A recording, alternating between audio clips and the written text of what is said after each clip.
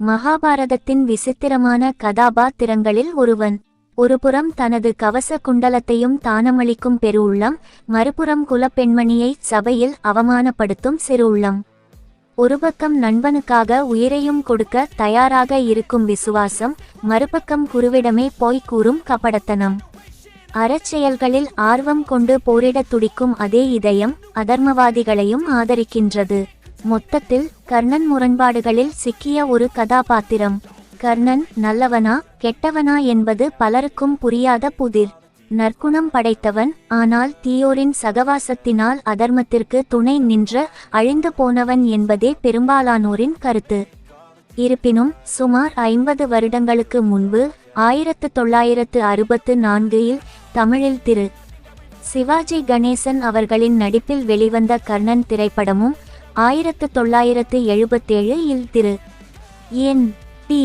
ராமராவ் அவர்களின் நடிப்பில் வெளிவந்த தான வீர சூர கர்ணன் திரைப்படமும் வெறும் திரைப்படங்களாக மட்டும் வந்து செல்லாமல் மக்களின் மனதில் மிகப்பெரிய மாற்றத்தை உருவாக்கி, கர்ணன் நல்லவன் என்ற எண்ணத்தையும் கர்ணனை சதியால் வீழ்த்திய காரணத்தினால் அர்ஜுனனும் கிருஷ்ணரும் வஞ்சகர்கள் என்ற எண்ணத்தையும் பதித்துவிட்டன. பிரபல திரைப்பட நடிகர்கள் எந்த கதாபாத்திரத்தை ஏற்று நடித்தாலும் அதில் அவர்கள் நல்லவர்களாக சித்தரிக்கப்படுவது திரைப்படத்துறையின் வழக்கம். எத்தனையோ படங்களில் பிரபல நடிகர்கள் திருடர்களாகவும் வன்முறையாளர்களாகவும் சித்தரிக்கப்பட்டு நல்லவர்களாகவே காட்டப்படுகின்றனர். இதுவே கர்ணனின் கதையிலும் நிகழ்ந்துள்ளது. ஆனால் கர்ணன் வெறும் திரைப்படமாக செல்லாமல் மக்களின் மனதில் மகாபாரத கதையை எடுத்துரைக்கும் ஒரு கருவியாகவும் செயல்படத் துவங்கிய காரணத்தினால் திரைப்படத்தை பார்த்து மகாபாரதம் கற்றுக்கொண்ட பல்வேறு பேரிலிகளும் கர்ணனை நல்லவனாகவே நினைத்து போற்றி புகழ்ந்து வருகின்றனர். கர்ணனின் உண்மையான கதாபாத்திரம் திரைப்படத்திலிருந்து பல்வேறு விதங்களில் மாறுபட்ட ஒன்றாகும். திரௌபதியை அவமானப்படுத்திய கர்ணன். கர்ணன் செய்த தீய செயல்களில் முக்கியமானதாக கருதப்படுவது திரௌபதியை குரு வம்ச சபையில் அவமானப்படுத்திய செயலாகும். பாண்டவர்களை போரில் சந்திக்க திறமையும் தைரியமும் இல்லாத துரியோதனனுடன் இணைந்து சகுனியின் உதவியுடன் நிகழ்ந்த சூதாட்டத்தில் கர்ணனின் பங்கு மிகவும் முக்கியமானதாகும். சகுனியின் வஞ்சகத்தினால் மாமன்னர் யுதிஷ்டிரர் தனது மனைவியான திரௌபதி உட்பட அனைத்தையும் இழந்தார். மாபெரும் சபையில் மதிப்பிற்கும் மரியாதைக்கும் உரிய குலப்பெண்மணியான திரௌபதியை தரவென்று முடியை பிடித்து இழுத்து வந்த துச்சாதனனின் செயல் அனைவருக்கும் வேதனையை கொடுத்த போதிலும் கர்ணன் பெருமகிழ்ச்சியில் பொங்கினான். திரௌபதியை தன்னால் மணக்க முடியவில்லை என்ற ஆதங்கமும் வெறியும் அவனது மனதில் நீண்ட காலமாக எரிந்து கொண்டிருந்தது. அதனால் புத்தி பேதலித்து திரௌபதியை அவமானப்படுத்த துணிந்தான். மலை உச்சியில் இருக்கும் தேனுக்கு ஆசைப்பட்ட கர்ணன் அதற்கு அருகிலிருக்கும் பெரும் சரிவை காண தவறிவிட்டான். அச்சூழ்நிலையில் துரியோதனனின் சகோதரர்களில் ஒருவனான விகர்ணன் திரௌபதிக்கு ஆதரவு தெரிவித்தும் சூதாட்டத்தினை எதிர்த்தும் பேசினான். அவனது பேச்சினால் கடும் கோபமுற்ற கர்ணன் விகர்ணனை கண்டித்து பெரும் சப்தத்துடன் குரல் எழுப்பினான். திரௌபதியை சபைக்கு அழைத்து வந்ததில் எந்த தவறும் இல்லை என்றும், திரௌபதி கற்பற்றவள் என்றும், உண்மையில் அவளை நிர்வாணமாக அழைத்து வந்திருக்க வேண்டும் என்றும் குரல் எழுப்பிய கர்ணன் அவளது உடையை முற்றிலுமாக அவிழ்த்து நிர்வாணமாக்கும்படி துச்சாதனனுக்கு கட்டளையிட்டான். ஒரு குலப்பெண்மணியை நிர்வாணமாக்கும்படி கட்டளையிட்ட கர்ணனின் செயல் மன்னிக்கக்கூடிய ஒன்றா? கர்ணனின் தீய குணத்தை இது வெளிச்சம் போட்டு காட்டவில்லையா? கர்ணனுக்கு ஆதரவு கரம் நீட்டுவோரில் யாரேனும் அத்தகைய அவமானத்தை தங்கள் வீட்டில் ஏற்றுக்கொள்வார்களா? கர்ணன் திரைப்படத்தில் இக்காட்சிகள் எதுவும் இடம்பெறவில்லை. கர்ணனின் இதர வஞ்சக செயல்கள். திரௌபதிக்கு நிகழ்ந்த அவமானத்தை சரிப்படுத்தும் நோக்கத்துடன் திருதராஷ்டிரர் இராஜ்யத்தை திருப்பிக் கொடுத்தார். ஆனால் கர்ணனின் ஆலோசனையின் பேரில் மீண்டும் சூதாட்டம் அரங்கேற்றப்பட்டு பாண்டவர்கள் காட்டிற்கு அனுப்பப்பட்டனர். பாண்டவர்கள் வனவாசத்தில் இருந்தபோது தவம் நிறைந்த வாழ்வினால் அவர்களின் பலம் குன்றியிருக்கும் என்றும், இதுவே அவர்களை முற்றிலுமாக அழிப்பதற்கு உகந்த தருணம் என்றும் கர்ணன் அறிவுரை கூற, துரியோதனன் தனது நண்பர்கள் மற்றும் படைகளுடன் காட்டிற்கு செல்ல முற்பட்டான். அர்ஜுனனை காட்டிலும் சிறந்த வீரனாக வர வேண்டும் என்று விரும்பிய கர்ணன் தன்னை ஒரு பிராமணன் என்று கூறி பரசுராமரிடம் போர்க்கலையை கற்றான். குருவிடமே போய்ச் சொல்வது நற்குணம் படைத்தோருக்கு அழகல்ல. 16 வயது இளைஞனான அபிமன்யுவை கர்ணனின் தூண்டுதலின் பேரிலேயே 6 மகாரதிகள் மாபெரும் போர் வீரர்கள் இணைந்து ஆயுதம் இல்லாத சூழ்நிலையில் போர் விதிகளை மீறி கொன்றனர். அதற்கு தண்டனையாகவே கர்ணன் அவ்வாறே கொல்லப்பட்டான். கர்ணன் கொல்லப்பட்ட காட்சி. கர்ணன் கொல்லப்பட்ட காட்சியை திரைப்படத்தில் கண்டவர்கள் அதிலுள்ள பல்வேறு தவறான தகவல்களிலிருந்து வெளிவரும் பொருட்டு மகாபாரதத்தின் அந்த முக்கிய பகுதியின் சுருக்கத்தினை சற்று படிக்கலாம். குருக்ஷேத்திர போரின் 17ஆம் நாளில் அர்ஜுனனுக்கும் கர்ணனுக்கும் இடையில் கடும் போர் மூண்டது.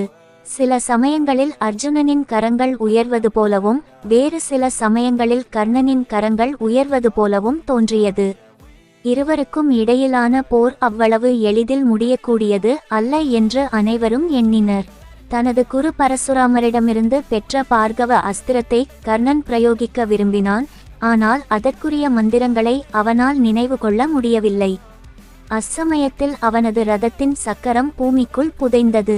கர்ணனின் தேரோட்டியாக இருந்த மன்னர் சல்லியன் அதனை வெளியில் எடுக்க கடும் முயற்சி செய்தபோதிலும் ரதத்தை வெளியே எடுக்க முடியவில்லை. சல்லியன் ரதத்தை விட்டுவிட்டு ஓடிவிடவில்லை என்பதை கவனிக்கவும். கர்ணன் தனது விதியை கடுமையாக திட்டத் தொடங்கினான். போரின் நடுவே சிறிய சந்தர்ப்பம் கிடைத்தபோது கர்ணன் தானாகவே சக்கரத்தை பூமியிலிருந்து உயர்த்த நினைத்தான். மொத்த பூமியும் குலுங்கியது. ஆனால் தேர் வெளியே வரவில்லை. சக்கரத்தை வெளியில் எடுக்க முயற்சி செய்து கொண்டிருந்த கர்ணனை கொல்லும்படி கிருஷ்ணர் அர்ஜுனனுக்கு கட்டளையிட்டார். அர்ஜுனன் அக்கட்டளையை நிறைவேற்ற தயாராவதை கண்ட கர்ணன் விரக்தியில் அழத் தொடங்கினான். அர்ஜுனா, என்னை தாக்க வேண்டாம். ரதத்தில் இல்லாத என்னை தாக்குவதற்கு நீ ஒரு கோழை அல்ல. இது உனக்கு அழகல்ல. சில நிமிடங்கள் பொறுத்துக்கொள், போரை தொடங்கலாம். போரின் விதிமுறைகளையும் தர்மத்தையும் நினைத்து பார் என்று அர்ஜுனனை நோக்கி குரல் எழுப்பினான். அப்போது கர்ணனிடம் ஸ்ரீ கிருஷ்ணர் பின்வரும் பதிலை முன்வைத்தார். கர்ணா, உனக்கு கூட தர்மத்தின் கொள்கைகள் நினைவிற்கு வருகின்றதோ? துன்பத்தில் இருப்பவன் எப்போதும் விதியை திட்டுவதும் தான் செய்த தவறுகளை மறந்துவிடுவதும் வழக்கம்.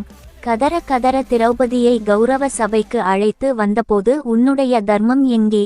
யுதிஷ்டிரரிடமிருந்து இராஜ்யத்தை பறித்தபோது உன்னுடைய தர்மம் எங்கே? 13 வருட வனவாசத்திற்கு பின் நாட்டை திருப்பி கேட்டபோது உன்னுடைய தர்மம் எங்கே? வாரணாவதத்தில் அரக்கு மாளிகைக்கு தீ வைத்து பாண்டவர்களை கொல்ல முனைந்தபோது உன்னுடைய தர்மம் எங்கே?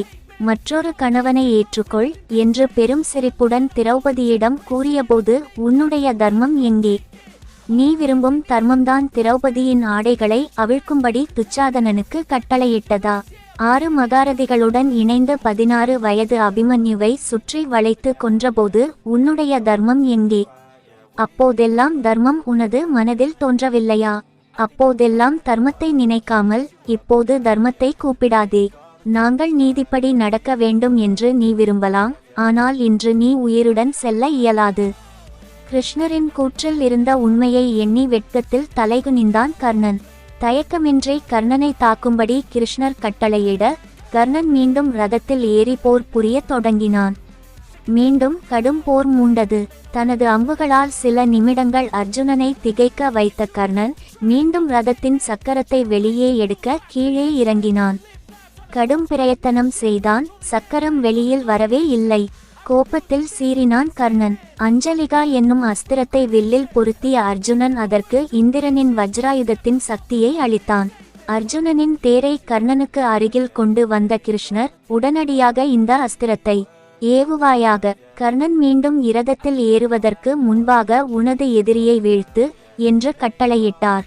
நான் எப்போதும் பெரியோர்களை மதித்து அவர்களின் அறிவுரைப்படி நடந்தேன் என்பது உண்மையாக இருந்தால் இந்த அஸ்திரம் கர்ணனை கொல்லட்டும் என்று கூறியபடி அர்ஜுனன் அதனை ஏவினான். கர்ணனின் வலுவான அகல கழுத்தினை தாக்கிய அந்த அஸ்திரம் அதனை உடலிலிருந்து துண்டித்தது. கர்ணன் மரணம் எய்தினான். கர்ணன் பெற்ற சாபங்கள். கர்ணனின் மரணத்தில் அர்ஜுனன் மட்டுமின்றி அவன் பெற்ற 2 சாபங்களும் முக்கிய பங்காற்றின. 1. பொய் சொல்லி தன்னிடமிருந்து கலையை கற்றுக்கொண்டான் கர்ணன் என்பதை பரசுராமர் கண்டறிந்தபோது தெய்வீக அஸ்திரத்தை பிரயோகிப்பதற்கான மந்திரத்தை உனது வாழ்வின் மிக முக்கியமான காலகட்டத்தில் மறந்துவிடுவாய் என்று சாபமிட்டார். அந்த சாபத்தினாலேயே அர்ஜுனனுடனான போரில் கர்ணனால் மந்திரங்களை நினைவிற்கு கொண்டு வர இயலவில்லை. 2. ஒருமுறை பரசுராமரின் ஆசிரமத்திற்கு அருகில் வில் வித்தையை பயிற்சி செய்து வந்த கர்ணன் ஒரு பசுவினை தனது அம்பினால் அறியாமல் கொன்றுவிட்டான். அப்பசு ஓர் ஏழை பிராமணரின் ஒரே சொத்தாக இருந்து வந்தது. அதனால் கோபம் கொண்ட பிராமணர், இந்த அப்பாவி பசு உதவியின்றி உன்னிடம் மாட்டி கொண்டதைப் போலவே உனது வாழ்வின் முக்கியமான தருணத்தில் உனது தேரின் சக்கரம் பூமியினுள் புதைந்து நீயும் உதவியற்றவனாக தவிப்பாய் என்று சாபம் கொடுத்தார். அந்த சாபமே கர்ணனின் தேர் சக்கரம் பூமியில் சிக்கிக் கொள்வதற்கு காரணமாக அமைந்தது. ஆயுதமின்றி இருந்த கர்ணனை அர்ஜுனன் கொன்றது நியாயமா? பொதுவான கேள்வி. மேலோட்டமாக பார்த்தால் நியாயம் அல்ல என்று சொல்லலாம். ஆனால் ஆழமாக பார்ப்பவர்கள் முற்றிலும் சரியே என்று உறுதியுடன் உரைப்பர். கர்ணனை அர்ஜுனன் கொன்றதில் எந்த தவறும் இல்லை என்பதை அறிந்து கொள்வதற்கு கர்ணனிடம் கிருஷ்ணர் எடுத்துரைத்த வாதங்களே போதும். இருப்பினும் ஓர் உதாரணம் காண்போம். ஏதேனும் ஒரு சாலையில் அதிகபட்ச வேகம் மணிக்கு 50 கிலோமீட்டர் என்று இருப்பதாக எடுத்துக்கொள்வோம். யாரேனும் ஒருவன் அச்சாலையில் மணிக்கு 70 கிலோமீட்டர் வேகத்தில் பயணம் செய்தால் அவனை பிடித்து தண்டிக்க வேண்டியது போக்குவரத்து காவலரின் கடமை. தனது கடமையை நிறைவேற்ற காவலர் குறைந்தது மணிக்கு 80 கிலோமீட்டர் வேகத்தில் சென்றால் மட்டுமே குற்றவாளியை பிடிக்க முடியும். அவ்வாறு 80 கிலோமீட்டர் வேகத்தில் பயணம் செய்யும் காவலர் அதிகபட்ச வேகம் மணிக்கு 50 கிலோமீட்டர் என்னும் விதியை மீறுவது போல தோன்றலாம். ஆனால் அதற்காக அவரை யாரும் குறை சொல்ல மாட்டார்கள். முள்ளை முள்ளால் எடுக்க வேண்டும் என்பது பழமொழி. அதுபோல அதர்மத்தில் ஈடுபடுவோரை தண்டிக்க சில சமயங்களில் தர்மத்தை காப்பவர்களும் நெறிகளை மீற வேண்டியது அவசியமாகிறது. ஆனால் அதற்காக அவர்களை குறை கூறுவது நன்றல்ல. சக்தி வாய்ந்த எதிரிகளை வீழ்த்துவதற்கு சில நேரங்களில் தந்திரங்கள் அவசியமாகின்றன. அதுவும் குறிப்பாக அந்த எதிரிகள் தந்திரத்துடன் செயல்படும்போது அதனை முறியடிக்க நாமும் தந்திரமாக செயல்பட வேண்டும் என்று கிருஷ்ணரே இதற்கு மகாபாரதத்தில் பதிலளித்துள்ளார். கர்ணன் அர்ஜுனனை காட்டிலும் சக்தி வாய்ந்தவனா? அப்படித்தான் பலரும் நினைக்கின்றனர். மகாபாரதத்தை முறையாக படித்தவர்கள் அதிகபட்சம் கர்ணனை அர்ஜுனனுக்கு சமமான வீரன் என்று வேண்டுமானால் ஏற்கலாம்.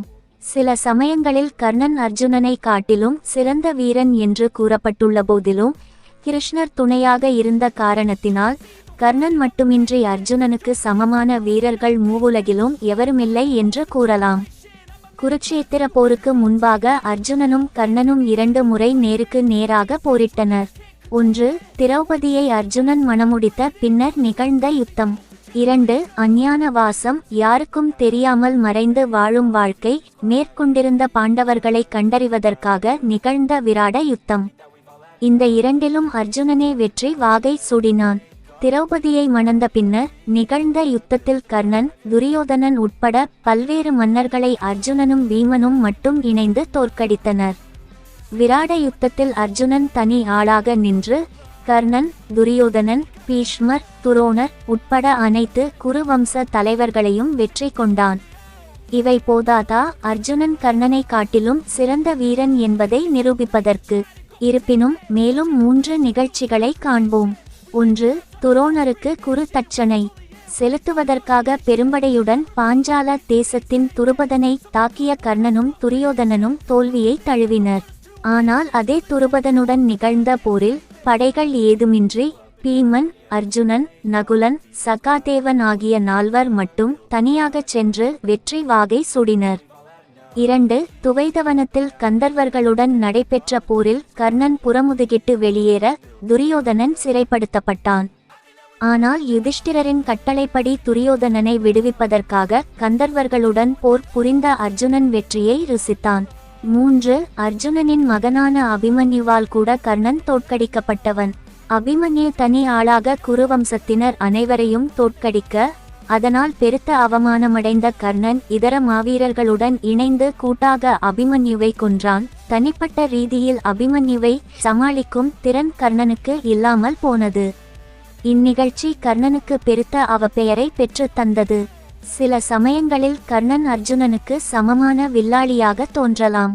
ஆனால் ஆத்திரக்காரனுக்கு புத்தி மட்டு என்பதால் ஆத்திர குணம் கொண்ட கர்ணனை எப்போதும் அர்ஜுனனை காட்டிலும் தாழ்ந்தவனாகவே பீஷ்மர், துரோணர் போன்ற பெரியோர்கள் கருதினர். துரியோதனன் மட்டுமே கர்ணனை அர்ஜுனனை காட்டிலும் சிறந்தவனாக எண்ணினான். துரியோதனனின் சகவாசத்தினால் கர்ணனும் தன்னை பெரிய பலசாலியாகவே நினைத்து வந்தான். கர்ணன் வெறும் வாய்ச்சொல் வீரன் என்றும் அவனது பேச்சுகள் நீர் இல்லாத மேகத்தின் இடியோசைகள் என்றும் பீஷ்மர் கூறியுள்ளார். கிருஷ்ணரின் திட்டம். அதர்மத்தை அழித்து தர்மத்தை காப்பது கிருஷ்ணர் அவதரித்ததற்கான முக்கிய காரணமாகும். அதனால் அதர்மத்தின் பக்கம் நின்ற கர்ணன் அழிக்கப்பட வேண்டும் என்பதும் தர்மத்தின் பக்கம் நின்ற அர்ஜுனன் வெல்ல வேண்டும் என்பதும் கிருஷ்ணரின் திட்டம். முழுமுதற் கடவுளின் திட்டத்தை யாராலும் முறியடிக்க முடியாது. மாரே கிருஷ்ண ராகே கிருஷ்ண மாரே கே. கிருஷ்ணர் யாரையேனும் காப்பாற்ற நினைத்தால் அவரை யாராலும் கொல்ல முடியாது. கிருஷ்ணர் யாரையேனும் கொல்ல நினைத்தால் அவரை யாராலும் காப்பாற்ற முடியாது. கர்ணன் மட்டுமின்றி பீஷ்மர், துரோணர் போன்ற பல்வேறு மாவீரர்களை அர்ஜுனனால் வெல்ல முடிந்ததற்கு கிருஷ்ணரே காரணம். அதர்மத்தின் பக்கம் இணைபவர்கள் நிச்சயம் தண்டிக்கப்படுவர் என்பதை இதிலிருந்து அறியலாம். கர்ணனின் தயாள குணம். கையேந்தி வருவோருக்கு எதை வேண்டுமானாலும் கொடுக்கும் தாராள மனம் கொண்டவன் கர்ணன். வள்ளல்களின் பட்டியலில் கர்ணனின் பெயர் நிச்சயம் என்றென்றும் நிலைத்திருக்கும். கொடுத்து சிவந்த கரங்கள் என்று அவனது வள்ளல் தன்மையை பலரும் ஆமோதிக்கின்றனர். தானத்தில் சிறந்தவன் கர்ணன் என்பதால் மாமன்னர் யுதிஷ்டிரர் கூட தான் நிகழ்த்திய அஸ்வமேத யாகத்தின் போது தானம் வழங்குவதற்கு கர்ணனை பொறுப்பாளியாக நியமித்தார். கர்ணன் தன்னுடைய கவசத்தையும் குண்டலத்தையும் இந்திரனுக்கு தானமளித்த செயல் மிகவும் முக்கியமாக பேசப்படுவதாகும். கர்ணன் தானத்தில் சிறந்தவன் என்பதை யாம் மறுக்கவில்லை என்றபோதிலும் கவச குண்டல தானத்தை பற்றி ஆழமாக படிக்கும்போது அதில் சில சிக்கல்கள் இருப்பதை உணரலாம். யார் தானம் கேட்டாலும் மறுக்காமல் கொடுப்பேன் என்று கர்ணன் உறுதியெடுத்த சூழ்நிலையை சற்று பார்ப்போம். துரியோதனன் ராஜசூய யாகம் நடத்த விரும்ப யுதிஷ்டிரர் ஏற்கனவே அதனை செய்துவிட்டதால் அவர் இருக்கும் வரை வேறு யாரும் அதை செய்ய முடியாது என்று முனிவர்கள் கூறினர். பாண்டவர்களை வதைத்து ராஜசூய யாகத்தை எப்போது நிறைவேற்றுவேன் என்று ஏங்கிய துரியோதனனை உற்சாகப்படுத்தும் விதத்தில் கர்ணன் சபதம் மேற்கொண்டான். அர்ஜுனனை கொல்லும் வரை எனது வாழ்வில் எந்தவொரு சௌகரியத்தையும் ஏற்க மாட்டேன். யார் என்னிடம் எதை கேட்டாலும் கொடுப்பேன். தானம் கொடுங்கள் என்று யார் கேட்டாலும் இல்லை என்று நிச்சயமாக சொல்ல மாட்டேன். கர்ணனின் அந்த சபதம் கௌரவர்களை ஆனந்தத்தில் மிதக்க வைத்தது. தற்பெருமைக்காக செய்யப்படும் தானங்கள் உயர்ந்தவை அல்ல என்பதை நாம் பகவத்கீதையிலிருந்து அறிகிறோம். கவச குண்டலத்தை தானமளித்த சூழ்நிலையை பார்க்கலாம். பிராமண வேடத்தில் வந்த இந்திரன் கர்ணனிடம் கவச குண்டலத்தை கேட்டபோது வந்திருப்பது இந்திரன் என்பதை சூரியனின் முன்னறிவிப்பினால் கர்ணன் தெரிந்து கொண்டான். உங்களுடைய விருப்பத்தை நான் நிச்சயம் நிறைவேற்றுவேன். ஆனால் ஏன் கவசத்தை மட்டும் கேட்கிறீர்கள்? உங்களுடைய சந்ததியினர் மொத்தமும் வாழ்வதற்குரிய செல்வத்தை என்னால் தர முடியும் போன்ற வார்த்தைகளை கூறி பல விதத்தில் இந்திரனை திசை திருப்ப கர்ணன் முயற்சி செய்தான். ஆனால் இந்திரனின் உறுதியை கண்ட பின்னர், நீங்கள் இந்திரன் என்பதை நான் அறிவேன். பாண்டவர்களுக்கு உதவ வந்துள்ள தாங்கள் எனக்கு வரமளிக்க முன்வந்தால் நான் எனது கவச குண்டலத்தை தந்து விடுகிறேன் என்று ஒரு ஒப்பந்தத்தை முன்வைத்து விரும்பிய எதிரியை கொல்லும் வலிமை பெற்ற சக்தி என்னும் அஸ்திரத்தை வேண்டினான். அதற்கு இந்திரனும் இசைய கர்ணன் தனது கவசத்தையும் குண்டலத்தையும் அளித்து சக்தி அஸ்திரத்தை பெற்றான். ஒரு விதத்தில் கர்ணனின் செயல் போற்றத்தக்கது என்றபோதிலும் ஏதேனும் ஒன்றை வேண்டி அதற்காக தானம் கொடுப்பது முறையான தானமா? ஆழமாக பார்த்தால் இது ஒரு வியாபாரம் போல தோன்றுகிறதே. கர்ணனின் குணங்களை பற்றிய இதர கருத்துகள். கிருஷ்ணர், துரியோதனன் என்னும் மரம் பிறருக்கு தீங்கு விளைவிக்கும் பாவ எண்ணங்களால் நிறைந்த ஒன்று. கர்ணன் அதன் அடிமரம். யுதிஷ்டிரரோ பிறருக்கு நன்மை விளைவிக்கும் புண்ணியமான மரம். அர்ஜுனன் அதன் அடிமரம். பீஷ்மர், நீதியையும் தர்மத்தையும் பற்றி யோசிக்காமல் மனதில் தோன்றியதை பேசும் சுபாவம் கொண்டவன் கர்ணன். திருதராஷ்டிரரின் மகன்களை எதிர்நோக்கியுள்ள மிகப்பெரிய அழிவிற்கு இந்த முட்டாளே முக்கிய பொறுப்பு. இவனிடம் நிதான புத்தி இல்லை. அவசரமும் ஆத்திரமும் அகங்காரமும் நிறைந்தவன். பரசுராமரை ஏமாற்றிய அந்த தருணத்திலேயே இவனது எல்லா புண்ணியமும் தவ வலிமையும் இவனை விட்டு அகன்று விட்டன. கர்ணனின் தர்ம சங்கடம். தர்மம் எது என்பதை முடிவு செய்தல் அவ்வளவு எளிதல்ல. ஆழ்ந்த சாஸ்திர அறிவும் பெரியோர்களின் வழிநடத்துதலும் அவசியம். துரியோதனன் அதர்மத்தின் பக்கம் செல்வதை பலமுறை கர்ணன் உணர்ந்தான்.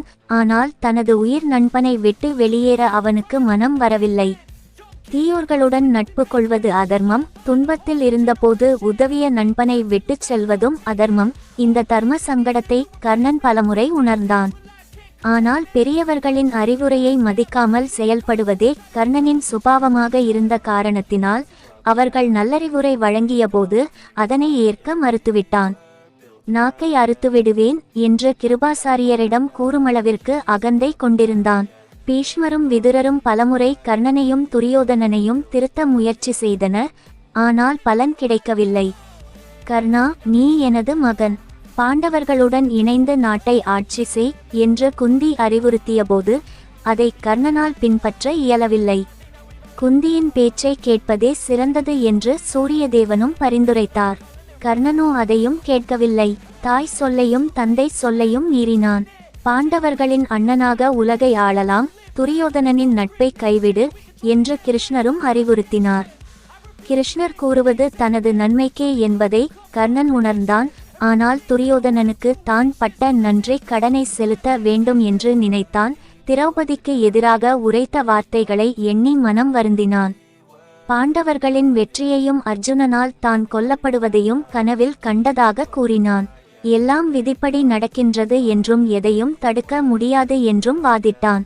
ஆனால் கிருஷ்ணரோ விதிப்படி நடக்கும் என்பது உண்மை, ஆனால் தனது அறிவுரையை பின்பற்றினால் அதனை மாற்றலாம் என்று எடுத்துரைத்தார். கர்ணனோ அதற்கும் இசையவில்லை.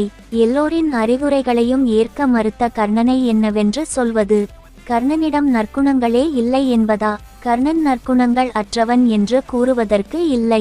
அவன் ஒரு மிகச்சிறந்த வீரன், கடமையை செய்வதில் உறுதி கொண்டவன், தானமளிப்பதில் பெரும் பெயர் பெற்றவன்.